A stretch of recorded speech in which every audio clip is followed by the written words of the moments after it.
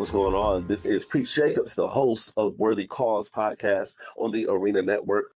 Right now, my guest here, Khali Gallman, who is a Carolina culture curator, but also she is the founder of something called Black Eats Week and 803 Day. We're going to talk about that and all the cool things that she has going on. Thank you for talking to me on this podcast. I know you thought this was going to be an audio podcast. I'm sorry we got these cameras out for you. How you doing?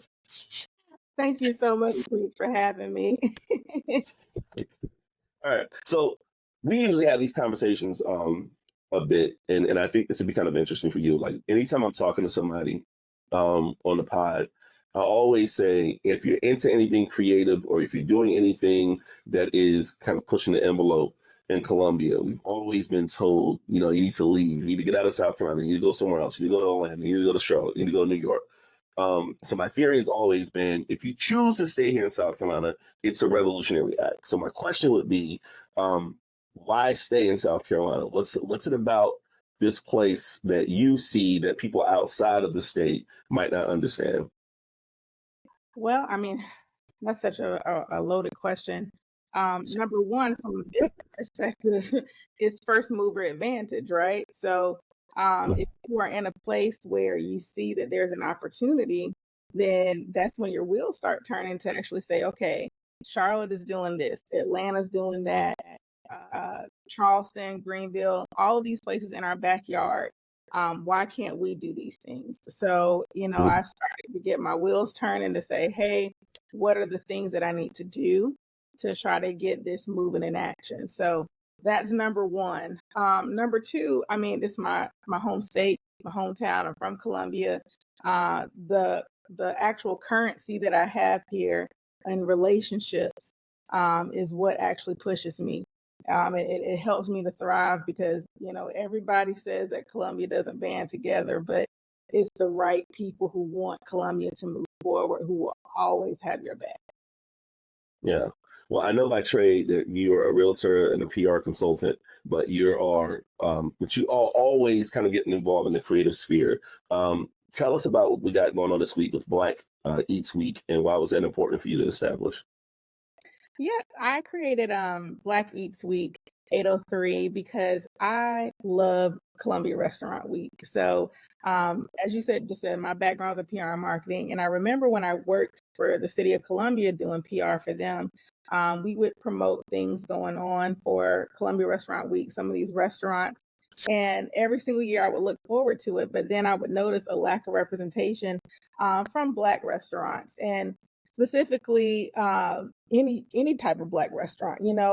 Most people think that we're in the South, so it's soul food, it's Southern cuisine, but we have everything here. We have Jamaican, we have West African, we have Nigerian, we have South African, we have Trinidadian. We have so many cultures here of food that it's like, ooh, let me go and shine the light on these types of restaurants so people know that Columbia has so much more to offer than just the vast, Southern traditional things.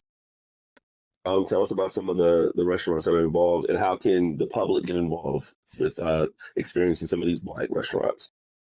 So if they download the Soda City Certified app, which is the app that I created for Columbia, it's a one-stop shop with local restaurants, events, attractions, that type of thing on there. If they download the app, they have the itinerary on the app. So you can actually look by day to see what each restaurant is offering as a special.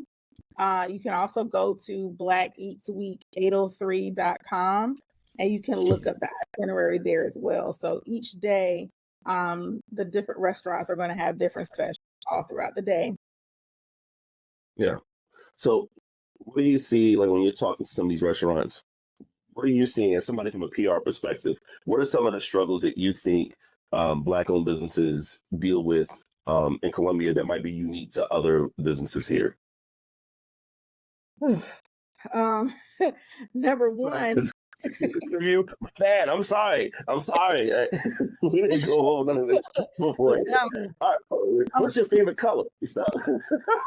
Let me make some simple questions. This is your expertise. I'm really interested in hearing your feedback because this is your expertise, right? Because I say that to say and we had these conversations where the word PR should not just be a blanket statement, right? Where different businesses provide or need different care, and sometimes you can't apply one thing to one business and it'd be a cure all for everything else. So I don't know. I think it's really unique because seeing you to have the experience that you have working for the city, being in that field, and seeing that you're, you know, I would say two minorities, you're black and you're a woman that are involved in these fields. And sometimes I think that some people have blind spots, not knowing that there's going to be unique things that black-owned businesses might be looking for that the actual like other PR firms might not pay attention to because they might not have enough people of color on their staff, or there might be blind spots, right? So even just something as simple as you know, figure out a way to highlight black-owned restaurants.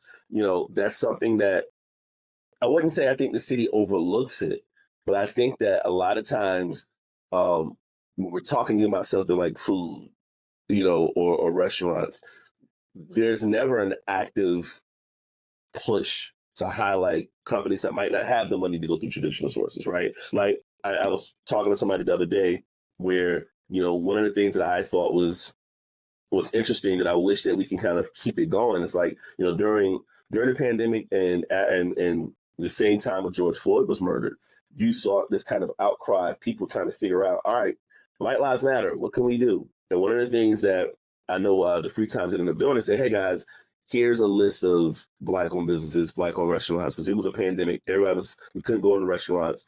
Some of these places might have closed down. Here's the places you can order from, right? Now, the only thing about it is that there might have been kind of a uptick briefly, but it wasn't very sustainable. But I think that those are things that being from looking at black-owned businesses differently than some of these other businesses, I think there's some blind spots. So that's kind of what I was thinking, is that, when you're talking to these people and getting these restaurants to get involved, what are some of the hesitations? Are they all, let's go for it? Or could they just say, I've never had anybody ask me to be a part of something like this in the first place? Yeah. Number one, like you said, it's awareness. There are actually over 120 Black-owned food establishments in the Midlands, and I'm saying food trucks, Wow, really? restaurants, food trucks, bakeries, creameries, coffee shops. Those are the avenues that I wanted to explore. And so, number one, awareness, because I went around to over 100 of those and asked them. The first question I asked is, "Have you heard of Columbia Restaurant Week?" And majority of them had not. About 95% had not. And for those who said that they did, I realized that they didn't know either, because they were like, "Okay, well, where's your event going to be held, though?" And so that's how I know. I'm like, okay, you don't understand. So number one is that awareness of learning exactly what this concept is. And Restaurant Week is everywhere, but I mean, it's Charlotte, Atlanta, DC, New York, everywhere. But you don't know what you don't know. So explaining that concept, number one, is the first hurdle. Number two is the trust value. So I always tell people I am a Richland County Commissioner. I'm an appointed commissioner. Shout out to Councilwoman Jessica Mackey, District 9. And that kind of adds a little bit to the validity, because people are hesitant to give their money. It's a reasonable fee of $100. And with that $100, you get to be on our website as a directory, which is all year round. So even after Black Eats Weekend, when people want to learn about your restaurant, you're going to be on there. You get opportunities for media interviews. And last year was our first year. We had over 2,500 people visit the 8 restaurants that participated last year. So it was very well received. We were all over the news, where there was radio, print, TV, everything. And so Sorry. now podcast, could add that to the list. But yeah, the first battle is awareness. The second one is trust. And then the third one I would say would be the availability, in terms of, do they have the money to provide for an influx of customers to come in? When they have that supply of regular food, and you have a lens on you that is from all four major news stations here, plus print, radio, all that. Do you have the food to accommodate those customers? Because it's a flip side. People go there, and if you say, "Oh, we out of this, and this," then word of mouth travels, and that's going to be some backlash too. So I think that there is a lot of apprehension, just in the beginning because it's a new concept for them. But it's taken off like wildfire. I'm very excited about it. That's just what happened with the Soda City Certified app. You mentioned George Floyd and COVID. I launched that app in January of 2020 as an exploration app where people would get incentives for patronizing local businesses. And March, 3 months later, was COVID. And so I changed it to focusing on the restaurants that were open during that time. And so that was real time push notifications, saying, this restaurant was doing 10% off for first responders. And when the news picked it up, that's how we got over 12,000 people to download the app in just 2 months, because Mm-hmm. of that awareness that it brings directly to the people. Wow. So in the line of these like really, really great, innovative, dope ideas, tell us about 803 Day. Yeah, so 803 Day, I'm so excited about. It is a concept that I came up with based on our area code being the date. So Atlanta does 404 Day on April 4th. Miami does 305 Day on March 5th. St. Louis does 314 Day on March 14th. Birmingham 205 Day, so on and so forth. So now we have 803 Day. And so last year, I was looking at the calendar, and 803, August 3rd, falls on a Saturday this year. So I got it trademarked in the state of South Carolina in August of last year, and then started getting the work in. So it's going to be a full lineup of everything 803. We're going to start at 8 a.m. In Forest Acres. We're going to have a 5K in Forest Acres that is going to benefit the Cola Rose Shower. That is a nonprofit that I'm on the board of, about women's health outcomes. And then at 11 a.m., we're going to go to, oh, sorry, that's my dog. A little starring role right now. And then at 11 a.m., we're going to go to the South Carolina State House, and we're going to do a photo op and spell out 803. Then at 12 noon to 5, we're going to have a free festival downtown at the Robert Mills House and Gardens. If people want to pay, there's a VIP area that's going to be shaded, and it's going to be August in Columbia, so it's going to be hot, but we have VIP offerings. But it's going to be live music, it's going to be games, all kind of fun things. And then it's going to be a citywide scavenger hunt all day. And then the last thing is we're asking restaurants and retail shops to do $8.03 specials all day too. So everything 803 all day. If people want more information, how can they find out? Yeah, you can go to our website. I mean, we're everywhere. 803day.org. You can follow us on social media, Facebook, Instagram, TikTok, all that. Instagram, I'm not Instagram, was it X, Twitter? It's 803day SC. And we're everywhere. So this is going to be really big. I'm really super excited. We've got some really great sponsors so far. Karen Yip of Yip Real Estate is a sponsor. We have Stanley Law Group. We have Jabber and Isaac. We have Hall's Chop House. We have Edward Jones. That's just what I can name off the top of my head. But the community is really coming together for this. So I'm excited.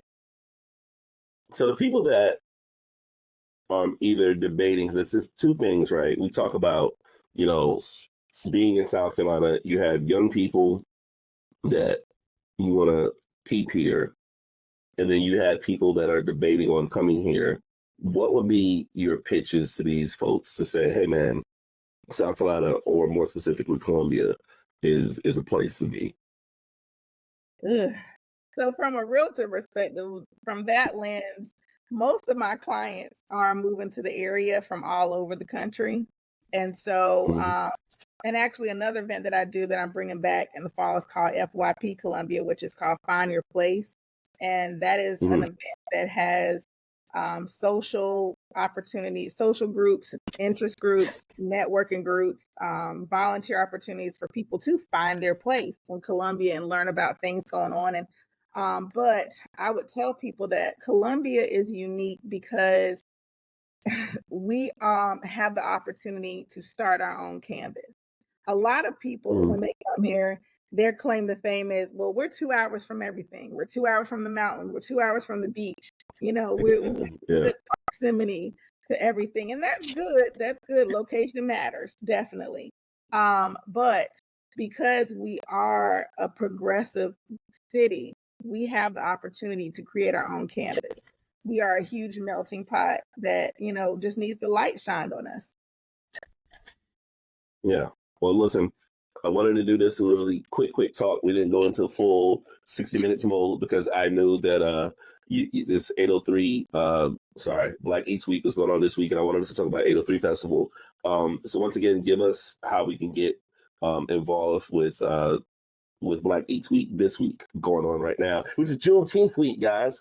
Fantastic. So how can people get involved with Black Eats Week once again? Yeah.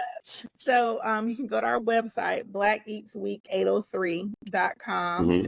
or you can download the Soda City Certified app. It's a free app and it has the itinerary for the week.